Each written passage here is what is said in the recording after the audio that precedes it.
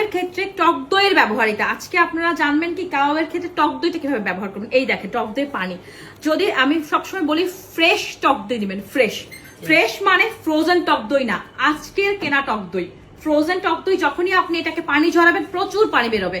Fresh টক দই নিবেন। Fresh টক দইটাকে আপনি একদম বাটি উল্টিয়ে 4 থেকে 5 ঘন্টা একটা চালনে থাকবে। চালনে যখন থাকবে এক্সেস যে পানিটা আছে সেটা টোটালি চলে যাবে। এটাকে বলে হ্যাং কার্ড। এখন যেটা আছে এটা হচ্ছে হ্যাং কার্ড। এরকম শুধু দইয়ের নির্যাসটা দিবেন, তাহলে দেখবেন কি কাবাবের টেস্ট অনেক বেড়ে গেছে। এরকম যদি পানি দেন, পানি সহ টক দই দেন, অনেক বেশি কাবাব ওয়াটারি হয়ে যাবে, অনেক বেশি ওয়াটারি হয়ে যাবে। সেই কাবাবটা কিন্তু পাঞ্চে লাগবে, কেননা এই পানিটাই আপনার ওভারঅল স্পাইস, ওভারঅল যে সব ইনগ্রিডিয়েন্ট মিলিয়ে যেটা মশলার যে ব্যাপারটা সেটা কিন্তু ইমব্যালেন্স করে ফেলবে এরকম পানি সহ টক দই ইউজ করলে।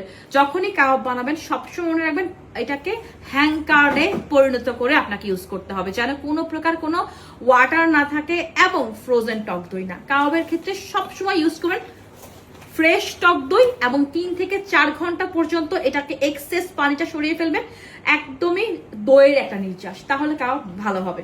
ঠিক আছে।